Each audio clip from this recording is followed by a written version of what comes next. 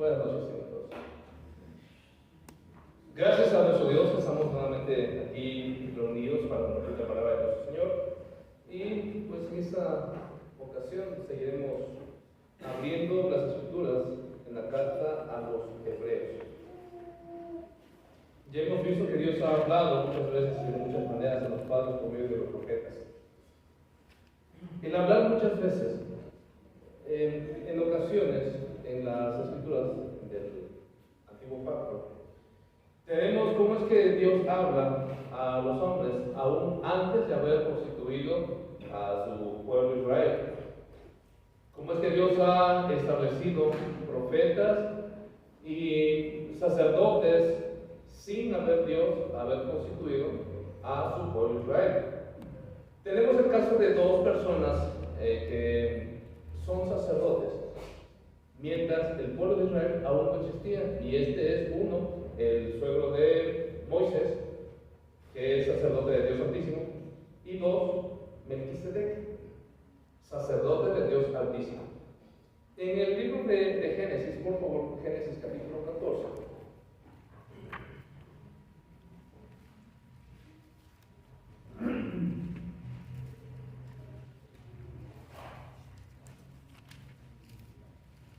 Después de que, estando Lot cerca de Sodoma y de Gomorra, llegan los reyes a hacer batalla, a hacer guerra contra aquellos reyes.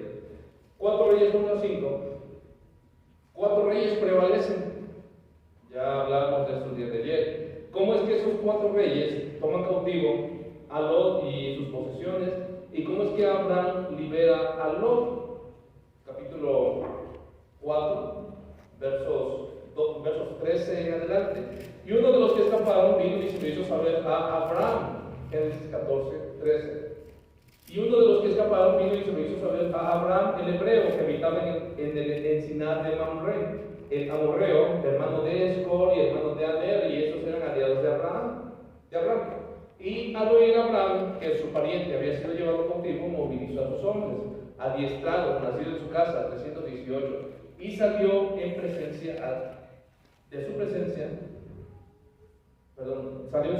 su persecución hasta Dan.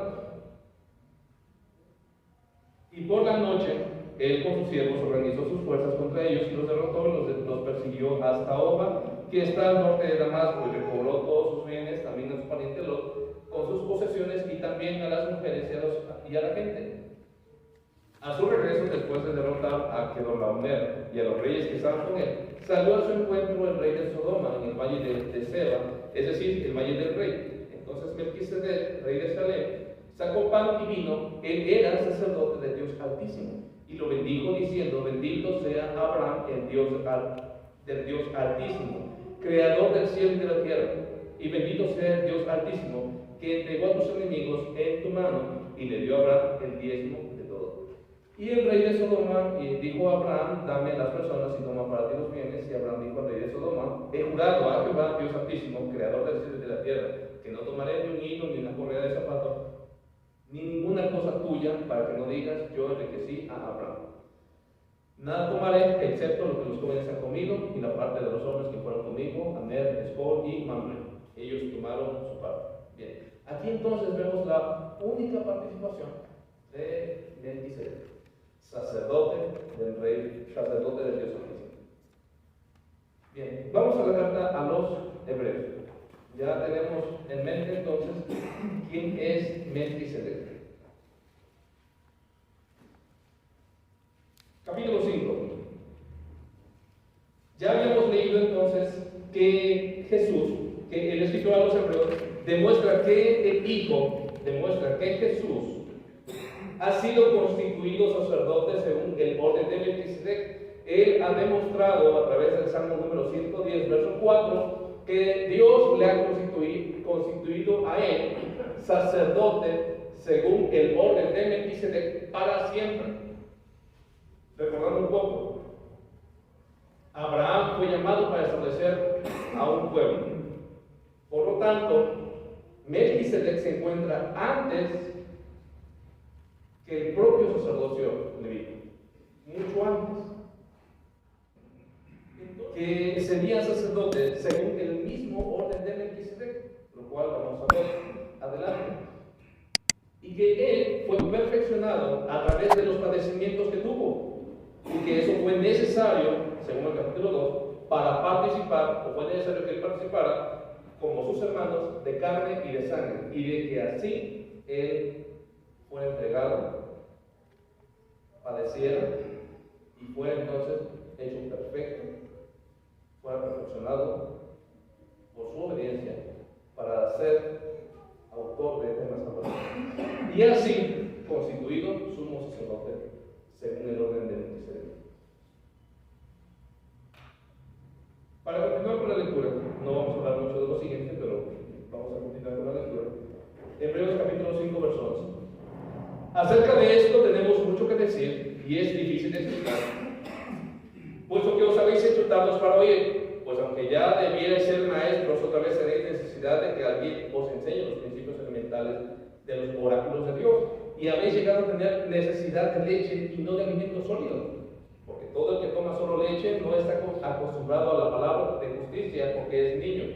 Pero el alimento sólido es para los adultos, los cuales por la práctica tienen los sentidos ejercitados para discernir el bien y el mal. Aquí es una crítica directa contra los receptores primeros de esta carta. Podemos tomar la exhortación para nosotros mismos en el caso que nosotros juzguemos sobre nosotros mismos en lo personal, y podemos juzgar la iglesia completa, a la iglesia completa. Puede juzgarse si están creciendo o no espiritualmente, si están creciendo o no en el conocimiento de Dios. Pero eso queda para un juicio propio. El escritor está señalando directamente a los primeros receptores de esta carta.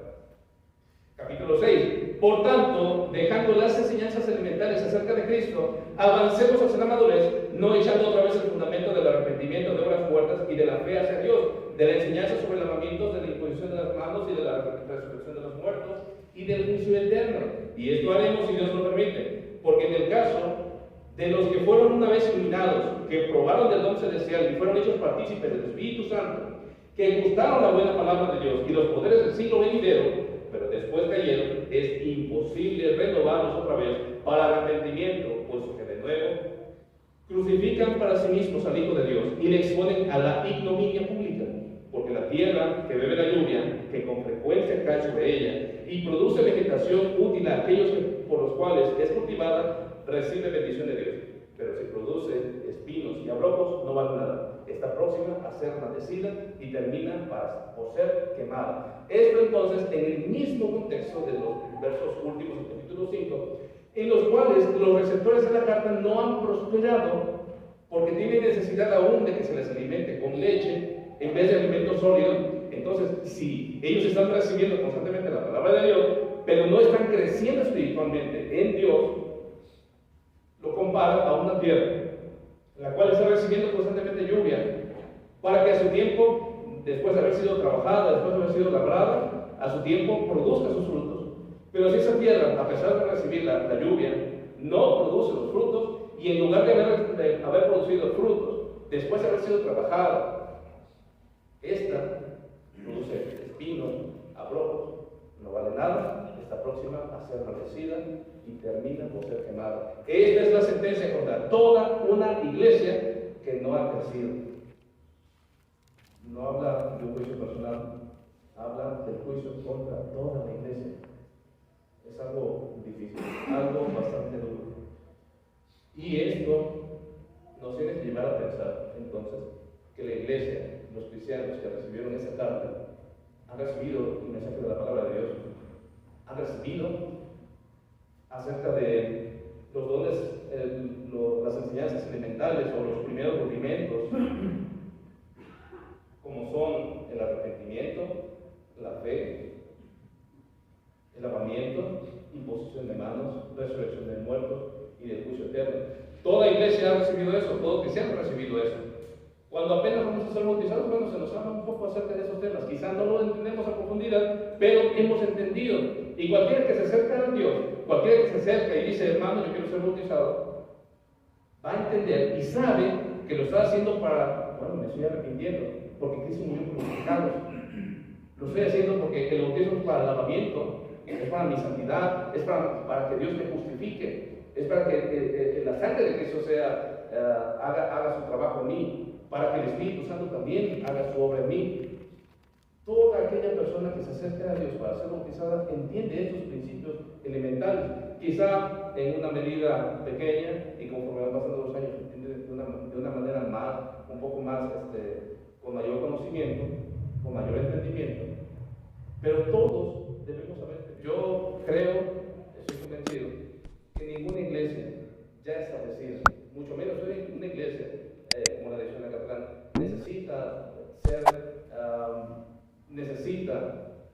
necesariamente requiere de que se les enseñe acerca del bautismo, porque todos, o la mayoría, conocen acerca del bautismo y podemos hablarnos unos a otros, como dice Jeremías capítulo 31, verso 31. Nadie va a decir, ven y conoce a Dios, porque todos conocemos ya a Dios, en este sentido, en los principios elementales. Es decir, lo que estoy diciendo, no estoy diciendo que no se deba repetir. La palabra de Dios es necesaria repetirse. Lo que estoy diciendo es que no necesitamos, para permanecer, que no es necesario que me vuelvan a enseñar a mí acerca de los principios elementales para que yo sea edificado. Yo no necesito, como necesidad, como un niño cuando es alimentado, yo no necesito la leche ya. Yo necesito alimento sólido. Y claro, de vez en cuando le echo un poco de leche a mi café, y de vez en cuando me tomo un licuado con un poco de leche, pero no es mi alimento necesario, sólido para poder vivir. Escucho, predico el bautismo, escucho, predico la fe, pero yo no necesito seguir escuchando con el sentido de que si yo no vuelvo a escuchar esto, ya me voy a perder. Ya no. En cambio, el escritor dice, necesitamos continuar hacia adelante, hacia la perfección. Dice, hay muchas cosas más que se necesitan hablar, pero quizás no se pueden hablar porque necesitan los principios elementales, necesitan los primeros rudimentos. Necesitamos madurar. Verso 4, porque en el caso de los que fueron una vez iluminados, que probaron el orden celestial y fueron hechos partícipes del Espíritu Santo, que gustaban la buena palabra de Dios y los poderes del siglo venidero, pero después cayeron. Entonces, esto es que, bueno, yo como cristiano, ya llevo tantos años, si a mí se me deja de enseñar acerca de la fe, yo no voy a caer. Ese es el sentido. Y el sentido que está escribiendo Hebreos es que ustedes, hermanos, si se les deja de enseñar la fe, ustedes caen. Entonces, necesitamos continuar. Así como la tierra que recibe la lluvia va a dar sus frutos. Verso 9 al 12. Pero en cuanto a vosotros, amados, aunque hablemos de esa manera, estamos persuadidos de las cosas que son mejores y que pertenecen a la salvación, porque Dios no es injusto como para olvidarse de vuestra obra y del amor que habéis mostrado hacia su nombre, habiendo servido y sirviendo aún a los santos. Pero deseamos que cada uno de vosotros muestre la misma solicitud hasta el fin, para alcanzar la plena seguridad de la esperanza, a fin de que no seáis perezosos, sino imitadores de los que mediante la fe y la paciencia heredan las promesas. Esta es la condición de estos primeros receptores de la carta. Han recibido el mensaje de salvación, ya han sido cimentados en esta fe, pero algo está pasando, que están siendo debilitados, están siendo tambaleados. El escritor les reconoce acerca de su salvación. Verso 10, porque Dios no es injusto como para olvidarse de las obras, y Él sabe que de principio ellos tienen obras, pero también Él sabe que ahora se encontrarían algo débiles. Por eso Él les insiste acerca de la paciencia. Así como dice el escritor Santiago, que la paciencia tenga su obra completa. Versos 13 a 20. Pues cuando Dios hizo la promesa a Abraham, no pudiendo jurar por uno mayor, juró por sí mismo, diciendo, ciertamente, te bendeciré y ciertamente te multiplicaré, y así habiendo esperado con paciencia obtuvo la promesa, porque los hombres juran por uno mayor que ellos mismos, y para ellos un juramento dado como confirmación es el fin de toda discusión. Por lo cual Dios, deseando mostrar más plenamente a los herederos de la promesa la inmutabilidad de su propósito, interpuso un juramento, a fin de que por dos cosas inmutables, en las cuales es imposible que Dios mienta, los que hemos buscado refugio seamos grandemente animados para asirnos de la esperanza puesta delante de nosotros, la cual tenemos como ancla del alma, una esperanza segura y firme, y que penetra hasta detrás del velo, donde Jesús entró por nosotros como precursor, hecho según el orden de Melquisedec. Hermanos, necesitamos hablar más de este asunto, pero todavía no se puede. Y la invitación a seguir madurando, a seguir creciendo, a ejercitarse en esto del conocimiento de la palabra de Dios. Y es una invitación que, así como Abraham fue paciente, fue obediente en todo, hasta su muerte, también nosotros lo seamos. Más tarde habrá una exhortación semejante, un poco más fuerte para los hebreos, pero habrá otra exhortación más, para que ellos permanezcan en la fe. Y entonces concluye en el tema en que se había quedado, donde Jesús entró por nosotros en los cielos como precursor, hecho según el orden de Melquisedec, sumo sacerdote para siempre.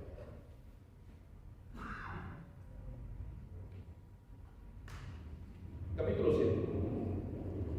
¿Por qué ese Melquisedec, rey de Salem, sacerdote de Dios Santísimo, salió al encuentro de Abraham cuando éste regresaba de la matanza de los reyes y lo bendijo? Abraham le entregó el diezmo de todos los despojos, cuyo nombre significa primeramente rey de justicia y luego también rey de Salem, esto es rey de paz. Sin padre, sin madre, sin genealogía, no teniendo principio de días ni fin de vida, siendo hecho semejante al Hijo de Dios, permanece sacerdote para siempre. Aquí nos da una breve explicación quién es este Melquisedec, como ya lo leímos en Génesis 14, y nos da una breve explicación, una breve introducción en qué se parecen las similitudes entre Cristo y Melquisedec. Verso 4. Considerad pues la grandeza de este hombre, Melquisedec, a quien Abraham, el patriarca, dio el diezmo de lo mejor del botín, y en verdad los de los hijos de Leví, que reciben el oficio del sacerdote, tienen mandamiento en la ley de recoger el diezmo del pueblo, es decir, de sus hermanos, aunque esos son descendientes de Abraham. Pero aquel cuya genealogía no viene de ellos, recibió el diezmo de Abraham, y bendijo al que tenía las promesas. Y sin discusión alguna, el menor es bendecido por el mayor. Aquí, ciertamente, hombres mortales reciben el diezmo, pero allí, en el momento en que Abraham diezmó a Melquisedec, lo reciben uno de quien se da testimonio de que vive. Y por decirlo así, por decirlo de alguna manera, por medio de Abraham, a un Leví que recibía diezmos, pagó diezmos, porque aún estaba en los lomos de su padre cuando Melquisedec le salió al encuentro. Y con esto, el escritor sigue insistiendo: el sacerdocio de Melquisedec es superior al sacerdocio levita. La intención es esta: que comprendamos que el sacerdocio, según el orden de Melquisedec, es superior al sacerdocio de Leví. Porque ¿quién es el padre del pueblo de Israel? Abraham. ¿Quién es el que dio la ley de Israel? Moisés. Y según la ley de Moisés, el pueblo entero tiene que diezmar, y ese diezmo es entregado a los hijos de Leví. Y los hijos de Leví van a diezmar, y ese diezmo va a ser entregado a los sacerdotes. Y los sacerdotes van a diezmar, y ese diezmo va a ser entregado para el santuario. Diezmo de diezmo de diezmo. Así va a ser el orden acerca de estos diezmos. ¿Quién recibe los diezmos? ¿De quién recibe los diezmos? De sus hermanos. De las otras 12 tribus. No son 11, pero la tribu de José se divide en dos, ¿verdad? Efraín y Manasés. Entonces, Leví recibe diezmos de sus hermanos. Y después, Abraham diezma a Melquisedec. Pero Melquisedec es padre de quién? De Isaac. Perdón, Abraham es padre de Isaac. Isaac, padre de Jacob. Jacob, padre de Leví. Abraham, padre de Leví. Y Abraham diezmó ¿a quién? A Melquisedec. En el pensamiento judío se encuentra esto, y si lo vemos de esta manera, entonces vamos a encontrar esta lógica, en que si mis padres reciben como herencia una tierra de sus padres, y luego mi padre va a dividir la tierra en 3, 4 fracciones de acuerdo a los hijos, y me da una parte a mí, y después yo puedo fraccionar y dar una herencia a otro, y entonces yo puedo recibir una herencia que fue de mi padre, que fue de su padre, y que aquel primero que dio, bueno, aunque se lo dio a mi padre, el escritor quiere dar a entender entonces que el sacerdocio de Melquisedec es superior al sacerdocio levita. Aún Leví diezmó en Abraham.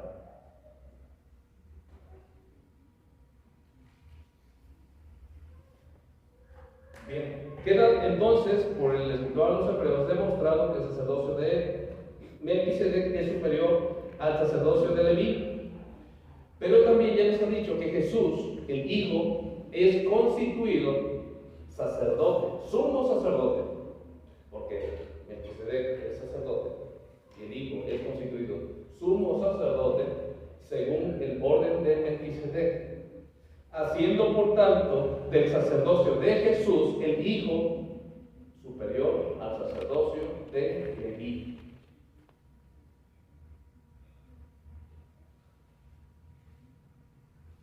Ahora bien, 7:11. Si la perfección era por medio del sacerdocio levita, pues sobre esta base recibió el pueblo la ley, ¿qué necesidad había de que se levantara otro sacerdote según el orden de Melquisedec y no designado según el orden de Aarón? Es otra pregunta para reflexionar. Quizá un poco difícil de entender a la primera, pero basta con decir, ¿qué necesidad habría de levantar un sacerdocio según el orden de Melquisedec? ¿Qué necesidad había de levantar el sacerdocio de Melquisedec si ya tenemos el sacerdocio de Levítico? Verso 12. Porque cuando se cambia el sacerdocio, necesariamente ocurre también un cambio de ley, pues aquel de quien se dicen esas cosas pertenece a otra tribu de la cual nadie ha servido en el altar. Porque es evidente que nuestro Señor descendió de Judá, una tribu de la cual Moisés no dijo nada tocante a sacerdotes. Y esto es aún más evidente si a semejanza de Melquisedec se levanta otro sacerdote que ha llegado a serlo, no sobre la base de una ley de requisitos físicos, sino según el poder de una vida indestructible, pues de él se da testimonio. Tú eres sacerdote para siempre según el orden de Melquisedec, porque ciertamente queda anulado el mandamiento anterior por ser débil e inútil, pues la ley nada hizo perfecto, y se introduce una mejor esperanza mediante la cual nos acercamos a Dios. Y por cuanto no fue sin juramento, pues en verdad ellos llegaron a ser sacerdotes sin juramento, pero él, Dios, por medio de un juramento del que le dijo, el Señor ha jurado y no cambiará. Tú eres sacerdote para siempre. Por eso, Jesús ha venido a ser fiador de un mejor pacto. Los sacerdotes anteriores eran más numerosos porque la muerte les impedía continuar, pero él, Jesús, conserva su sacerdocio inmutable, puesto que permanece para siempre, por lo cual él también es poderoso para salvar para siempre a los que por medio de él se acercan a Dios, puesto que vive perpetuamente para interceder por ellos, porque convenía que tuviéramos tal sumo sacerdote, santo, inocente, sin mancha, apartado de los pecadores y exaltado más allá de los cielos, que no necesitan, como aquellos sumos sacerdotes, ofrecer sacrificios diariamente, primero por sus propios pecados y después por los pecados del pueblo, porque esto lo hizo una vez para siempre cuando se ofreció a sí mismo, porque la ley designa como sumos sacerdotes a hombres débiles, pero la palabra del juramento que vino después de la ley designa al Hijo hecho perfecto para siempre. Este es Cristo, el sumo sacerdote según el orden de Melquisedec. Vamos a rescatar brevemente el hecho de la pregunta: ¿qué necesidad había de levantar otro sacerdocio, aparte del levítico? Da varias razones aquí.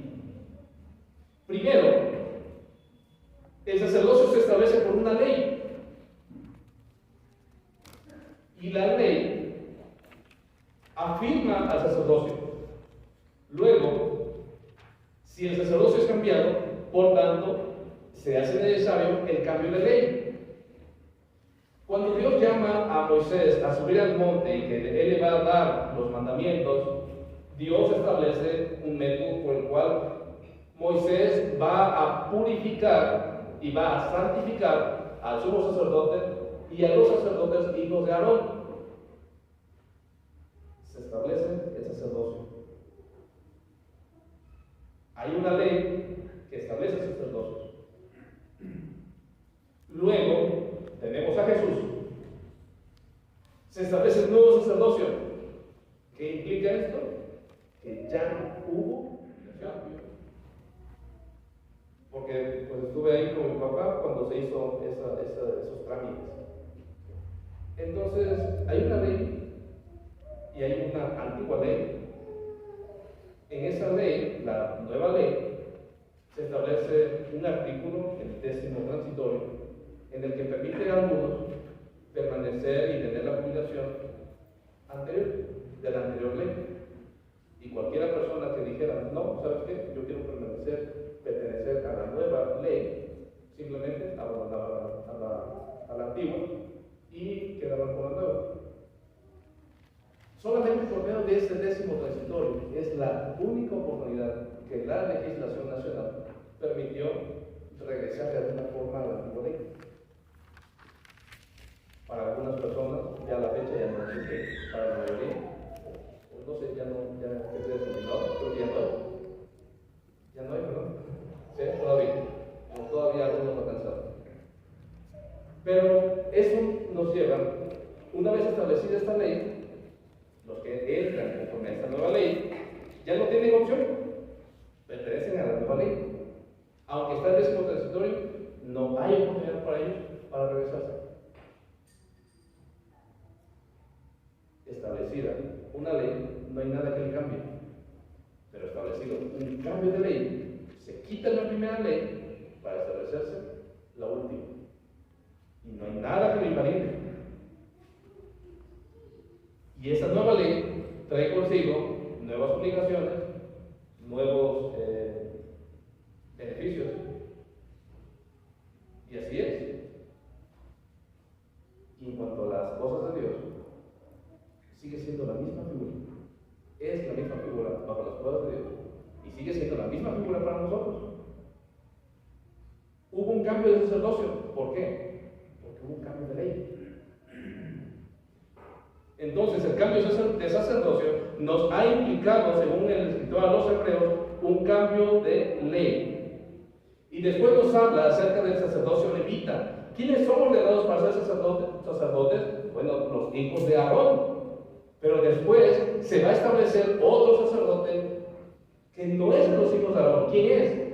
Es Jesús, hijo de David. David, que perteneció a la tribu de Judá. Entonces, con esto Dios ha anulado la antigua ley.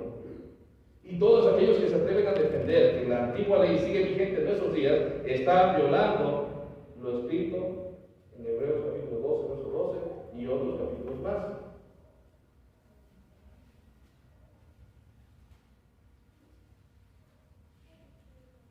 Así es que Dios mismo quita a Leví y pone a Judá. Establece el trono de David por siempre en Cristo. Y otra cosa muy interesante, David no era sacerdote, David era rey. Sin embargo, Dios recibió sacrificios de parte de David. Dios actuó, Dios permitió que David actuara como sacerdote, de tal manera que también David tenía un efod como lo tenían los sacerdotes. Eso es sumamente interesante, porque Jesús es la figura de Cristo Jesús. Y desde ahí nos está dando a entender quién sería entonces el hijo de David. Este es Jesús, rey y sacerdote, igual que Melquisedec.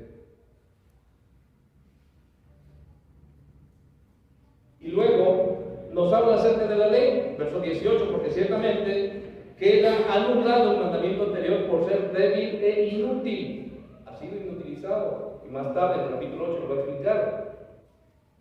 Verso 20, por cuanto no fue sin juramento, sino que el sacerdocio de Jesús fue con juramento. Verso 21, pues en verdad ellos llegaron a ser sacerdotes sin juramentos, pero él, Jesús, por medio de un juramento del que le dijo: el Señor ha jurado y no cambiará, tú eres sacerdote para siempre. Dios le establece con juramento.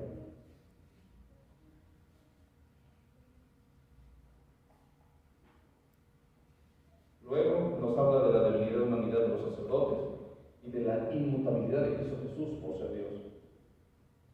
Y verso 26, algo a favor nuestro, porque convenía que tuviéramos tal sumo sacerdote, santo, inocente, sin mancha, apartado de los pecadores y exaltado más allá de los cielos, que no necesita, como aquellos sumos sacerdotes, ofrecer sacrificios diariamente, primero por sus pecados y después por los pecados del pueblo, porque eso lo hizo una vez para siempre cuando se ofreció a sí mismo. El sacerdocio de Jesús es superior al sacerdocio de vida. Entonces, así va cambiando, así va comentando el escritor. Primero diciendo que el sacerdocio de Melquisedec es superior al sacerdocio de David.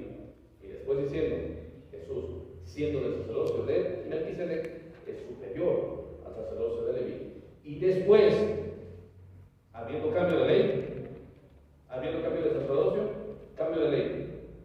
Como consecuencia, tenemos nuevo sacerdote y tenemos nueva ley basada sobre mejores promesas. Espero no ir rápido, creo que no. Capítulo 8. Ahora bien, ya nos voy a explicar un poquito. Ahora bien, el punto principal de lo que venimos diciendo es esto. Tenemos tal sumo sacerdote, el cual se ha sentado a la diestra del trono de Dios, de la majestad en los cielos, como ministro del santuario y del tabernáculo verdadero, que el Señor eligió, no el hombre, porque todo sumo sacerdote está constituido para presentar ofrendas y sacrificios, por lo cual es necesario que ese también tenga algo que ofrecer. Así que si él estuviera sobre la tierra, ni siquiera sería sacerdote, habiendo sacerdotes que presentan las ofrendas según la ley, los cuales sirven a lo que es copia y sombra de las cosas celestiales, tal como Moisés fue advertido por Dios cuando estaba a punto de erigir el tabernáculo. Pues dice él, mira, le dice a Moisés, mira, haz todas las cosas conforme al modelo que te fue mostrado en el monte. Es bastante interesante, pausamos el lectura. Es bastante interesante ver cómo es que Moisés establece el tabernáculo y cómo es que Dios establece a través de Moisés todos los utensilios que se van a establecer, las formas de cada pieza. No hay cosa que se le escape. Aún las estacas están bien dimensionadas, están bien fijas, se sabe qué figura deben de tener, los cordones, los broches, aún las cosas más pequeñas, las mesas, los altares, flor de almendro y copas y granadas y querubines y ángeles, todo. Se le dice de palabra, yo no puedo imaginar nada de esto, trato pero no puedo. Y cuando trato de imaginar solamente me imagino una mesa cuadrada, sin formas. Pero ¿cómo es que Moisés fue tan iluminado que él pudo ver todo el diseño que Dios le mostró? Y después cómo es que los artistas hicieron toda la obra con madera, con oro, con plata, con bronce, cobre, todo perfectamente hecho. Bueno, todo esto simplemente es sombra de las cosas que habían de ser mostradas en los cielos. Si ustedes siguen leyendo en Apocalipsis capítulo 4, ahí nos muestra una figura de la gloria de Dios. Y ahora no tengo muy presente, pero me parece que es en Ezequiel capítulo 10, donde también se muestra acerca de la obra de Dios, de la gloria de Dios. Tenemos a los profetas del Antiguo Testamento, tenemos en la profecía del Apocalipsis algo de la gloria de Dios, pero otra vez solo son palabras para que nosotros intentemos imaginar un poco de la gloria de Dios. Y eso es justamente de lo que trata el tabernáculo que eligió Moisés. Solamente formas y figuras visibles, y que luego resulta que no podía ver el pueblo, para que después trataran ellos de imaginar la gloria de Dios. Porque se va a establecer un candelabro, mesas de la congregación, mesa del altar de incienso, la urna, el propiciatorio, el altar donde está el fuego. Se van a establecer muchas cosas de gloria, pero el pueblo no lo va a poder ver.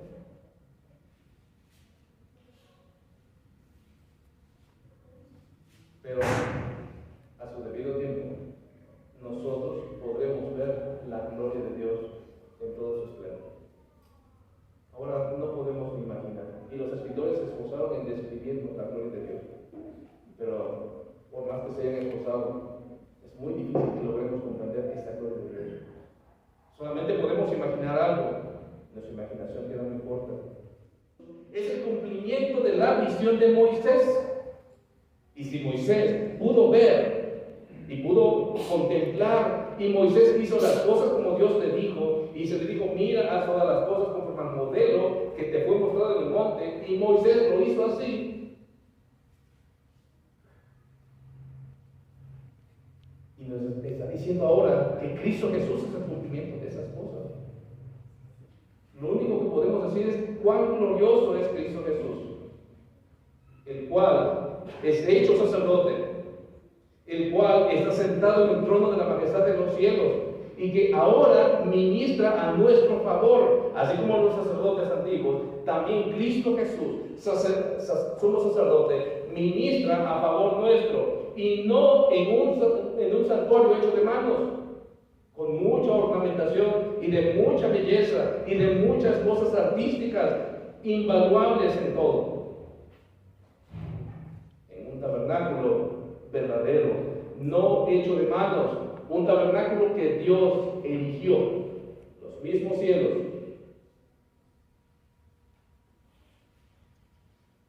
donde Él presentó su ofrenda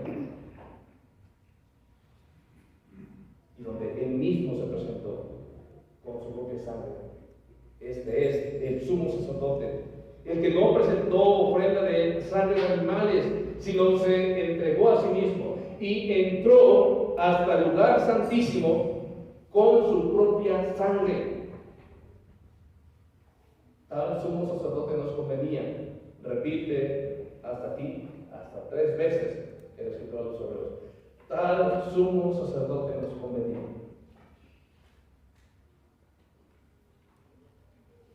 Verso 6.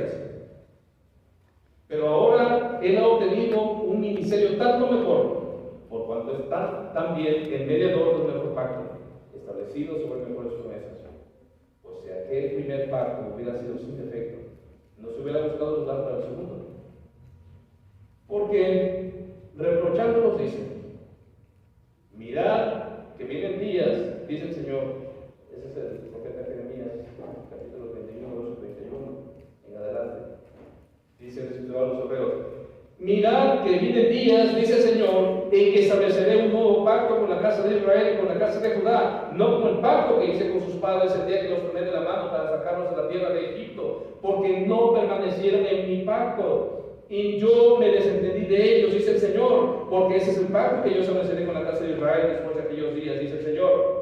Pondré mis leyes en la mente de ellos y las escribiré sobre sus corazones, y yo seré su Dios y ellos serán mi pueblo. Y ninguno de ellos enseñará a su hermano, ni ninguno a su hermano, diciendo, conoce al Señor, porque todos me conocerán, desde el menor hasta el mayor de ellos, pues tendré misericordia de sus iniquidades y nunca más me acordaré de sus pecados.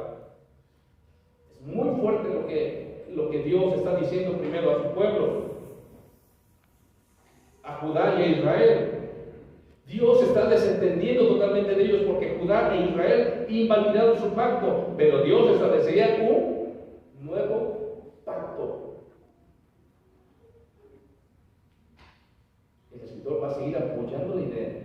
Habiendo cambio de sacerdocio, es necesario también hacer un cambio de ley.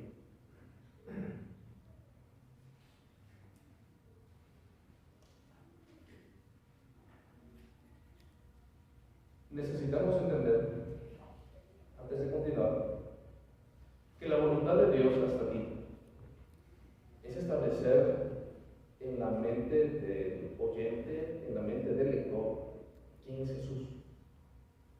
Jesús, el Cristo, el Hijo, superior a los ángeles, superior a Moisés, superior a Josué. Que el sacerdocio de Jesús superior al sacerdocio levítico.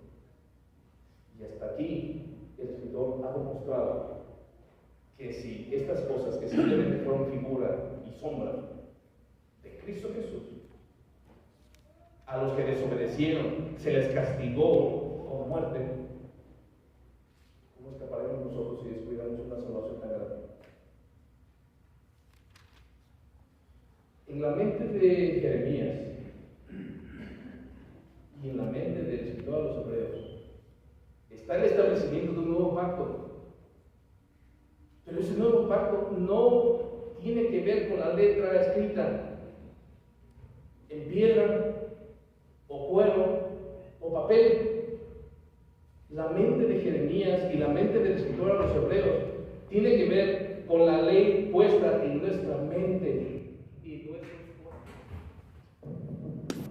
Dios ha dejado su promesa desde Jeremías, hace 400 años antes de Jesús, para que el lector, el nuevo lector, entendiera que la voluntad de Dios no se encuentra solamente, o no se debería encontrar solamente aquí, se debería encontrar aquí, en nuestra mente, en nuestro ser.